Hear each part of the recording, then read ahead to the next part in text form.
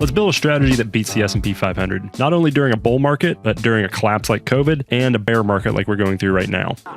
Bear. Yeah. Bear. Do you need assistance? Oh, and this is going to do it all automatically for us too. We don't have to monitor it. We have technology. Can you remember any of the rap that you did? My money don't jiggle, it folds. I like to... So I want to introduce you to a website and software called Composer.trade, and I have no affiliation with this company. I don't know them. This isn't sponsored or anything. This is just a software that I found about a week or two ago, and it is phenomenal. It is essentially creating your own automatic investing strategies, algorithmic trading, without doing any code. So we're going to go over here once we have our account started, and we're going to go to the Discover page, and I'm going to select one of their pre-built strategies called Buy the Dip NASDAQ 100. And what we're going to do is we're just going to open it up, and we are going to edit and create our own customized version of this. So real quick, we scroll down, you hit the run button, it will generate a back testing report of how this strategy runs. And as you can see, we have the S&P 500, which is the top 500 companies in the stock market, compared to this strategy. And as you can see, it's actually doing really well compared to the S&P 500. A $10,000 investment back in 2016 would currently be 34% returns and roughly a 21% annualized return. Now I'm going to run this back a bit farther just so we can get more information and more data, because the farther back you can run a back test, the better information you're going to get. So we can see that this thing is procking quite a few times, but it actually has a few dips down here in the bottom here. So we're actually going to see if we can fix that real quick before we do anything. I'm going to tweak this strategy just a little bit. I'm going to drop these 2 digits down here. I'll explain in a minute what I'm doing, but that looks much better. We are now more bullish, but we're still getting a lot of chop here, which I don't like. So I'm just going to tweak these a little bit more, see if we can get the chop out of here, rerun it. And that looks pretty decent so far. Actually, I think that's less. Okay, yeah, I went ahead and undid that. Currently, we're at $80,000. Now we're going to start modifying this a bit more. So let me explain to you what this is doing real quick. Essentially, what this does is it will default invest in BSV, which is a short-term bonds. And if we go over to the charts, if you're not familiar with what bonds are, type in BSV. Bonds are essentially kind of just a good place to put your money where they don't. It's a good hedge. It's a good protection on your investment if you're fearful of the market doing something. So BSV has only moved about 4% in the past 10 years or so. So it's basically just a place to park your money. So what this strategy is doing is it's parking the money in BSV. This is why we have these flat lines here. But when the QQQ loses or is lower than -3%, so the QQQ, which is a tech index, it's essentially a bunch of tech companies that are all together inside of what's called an ETF or an exchange trade fund. When QQQ drops below -3% or more in the past 5 days cumulatively, this function runs here. And this is a simple if statement. It just says, so the past 5 days, it's dropped more than -3%. So we're down 3% or more. If its 1 day returns is greater than 5%, so we've dropped 3% total in 5 days, but the 1 day is actually positive. It's gone back up. So the overall market's coming down, but it snaps back up. If that happens, this is what the strategy does. It will buy BSV, which is the short-term bond. So what the strategy is anticipating is QQQ has dropped at least 3% or more. It has come back up 3%, but is still in a bearish trend. So it buys the BSV to essentially protect and hedge itself so that if the QQQ drops more for the next day, it maintains that little level. So we're essentially just grabbing tiny little movements in the QQQ right now. Now, if, however, we have dropped -3%, but we have not returned greater than 5%. So we have a 3% loss, but we have not rebounded back up to the 5% loss, then essentially it's going to buy the TQQ, which is a 3 times leverage version of the QQQ, which is essentially buying the dip. That's why this strategy is called Buy the Dip NASDAQ. And then it will leverage back up that movement on the upside. And that is why when you look at this back test, you can see that it has these spikes and stuff where it's jumping up and down, and it's essentially buying the dip. That's why it's called buy the dip. So now that I've explained that, let's modify this. We're going to go ahead and switch this to the S&P 500. And what this is going to do is essentially buy the S&P 500 when QQQ isn't moving a whole lot. We're going to run it back and look at that. We are already up $192,000 with a total slippage expense of about $18,000. That's essentially fees and stuff. However, there's some numbers that I don't like. We have an alpha of 0.8, which means it's better than the S&P 500. The beta, though, is 1.51, which essentially means it's very sensitive to the S&P 500 and its movements. It's essentially very volatile, and we don't like volatility. On top of that, the standard deviation is almost twice as much as the S&P 500. The returns are twice as much, which is good, but we would like to reduce that standard deviation, which is essentially the volatility or the amount that the asset moves. And the max drawdown is actually pretty decent. It's only 38%, whereas the S&P 500 is 33%. And if you scroll down here, you can see what it's buying each year. Okay, so now that we've done that, we're going to try to decrease the beta here. And we're going to do that by adding another index into this. So we're going to go ahead and delete the SPY, and we're going to add a filter function. And all we're going to do is tell it to look at the cumulative returns of the past 365 days. And we're going to choose the top one. And what we're going to add into this filter function is the S&P 500, the SPY, and another ETF, which is called DBC, which is Commodity Index. We're going to run it back and look at that. We've already increased to $250,000. Our alpha is now 0.25, which is higher. The beta's dropped a little bit, but it's still 1.4, which is pretty high. The max drawdown and deviation is essentially still the same, but our annualized return is up more.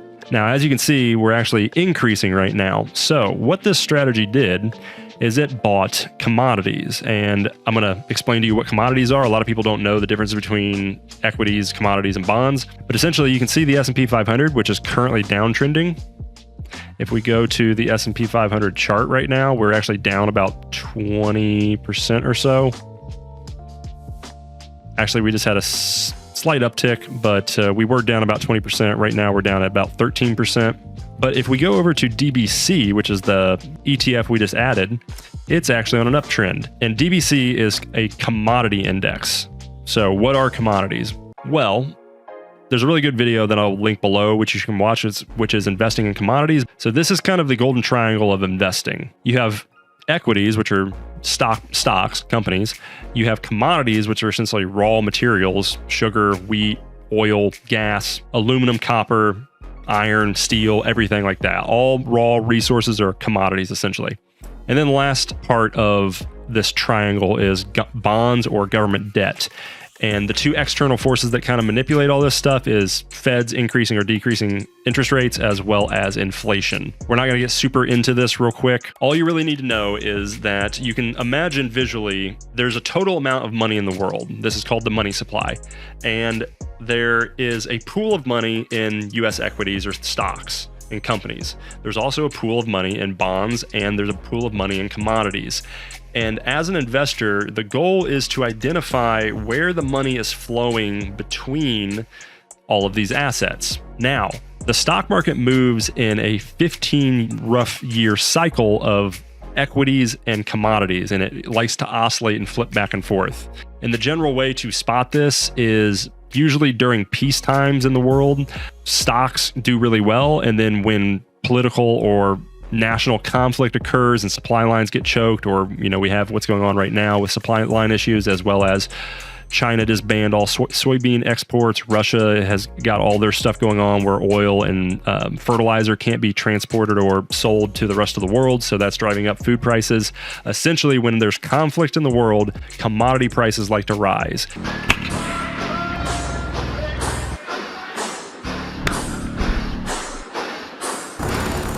As well as if there's inflation happening, commodity prices also rise, because essentially inflation is a devaluation of dollars, which inversely increases the value of real estate and hard assets, used cars, you know what's happening right now, so I don't have to explain this to you. You see it right now. If you would like to learn more about this, I highly recommend the video by PensionCraft, How to Invest in Commodities. I will link it below, but he has phenomenal information on how commodity investing works. And lastly, you can go to Google and search commodities versus the S&P 500 ratio chart, and this will essentially show you a relationship between the price of commodities versus US stocks. And actually, I have this saved and I can show it to you right now.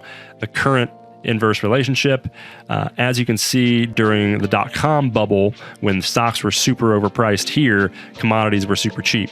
And there's also a historical chart that you can look at, which is essentially a 100-year chart. And you can see the times where inflation was high, which is typically during war times. So this is 1907 to the 1920s, which is World War I. And then we have the Roaring 20s, where the stocks market did really well. And then we have World War II, where commodities did really well and inflation was increasing. Then we had the deflationary period of 1950s to the 70s. Then we had Nixon axe the gold standard and the oil embargoes and crisis of the 1970s, which made commodities do better. And then we had the bull run of the 80s and 90s, and then we had 9/11 and the Iraq wars, which increased inflation and commodity prices also increased. I'm sure you probably heard of gold and silver going to the moon during this time period. That happened because of this cycle. And then now we are currently in this cycle. So now that you understand that, what this strategy is doing is essentially looking back at the past 360 days of commodities and the S&P 500, and whichever one is performing better, it's going to buy that. And as you can see, it's buying DBC over these past few months because DBC is performing better than the S&P 500. So there you have it. That is how you can build a strategy to beat the stock market during a bull run, also beat the stock market while it's going on a bear trend with commodities. But we're going to add one more thing. We're actually going to make this beat black swan events or basically stock market crashes like COVID. So we're going to hop back into the charts, and I'm going to minimize this, and we're going to add another if function here. And we're going to set this and tell it relative strength index of 40 on an asset called VIXM. This is a volatility ETF, and I'll show you what this does in a second. And we're going to set it to greater, and we're going to put it to, let's do 68. We're going to copy the 5-day thing that we just built. We're going to delete it, and we're just going to add it to the bottom of this else statement. So what it's saying right now is if the 40-day RSI of VIXM is less than 68, what we just built is going to run essentially. But if VIXM has a higher RSI of 68 or more, then we're going to actually run SPXU, which is a short on the S&P 500. This is actually a 3x leverage short.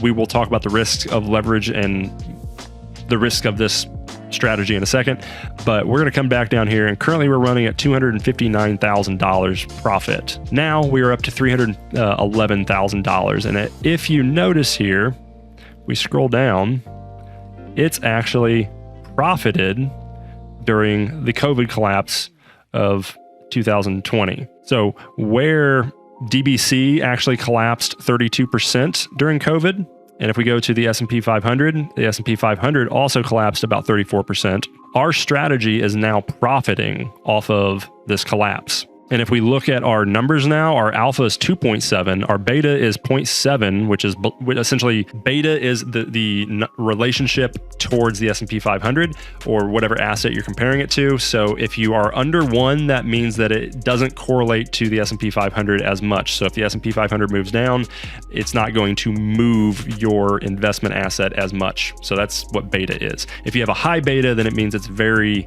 influenced by whatever asset you're comparing it to. And in this case, we're comparing it to the S&P 500. On top of that, our standard deviation is still pretty high, but our max drawdown is now actually lower than the S&P 500. So it's at a 30%, whereas the S&P 500 is at a 33%. So our total annualized returns right now is about 36%. So not too bad compared to the stock market average of 7 to 10%. So there you have it. That's how you can build an automatic investing strategy to handle your investments for you. It's also diversified because you're investing in the S&P 500 and DBC, which is a broad ETF investment, the top 500 companies. However, we do need to talk about the risks real quick. First off, past performance is not indicative of future returns. Just because I backtested this to the past 10 years does not mean that this will actually perform to the degree that the backtest says it will. Stock market cycles move in 15-year periods, and unfortunately, we could only run the backtest to 2010.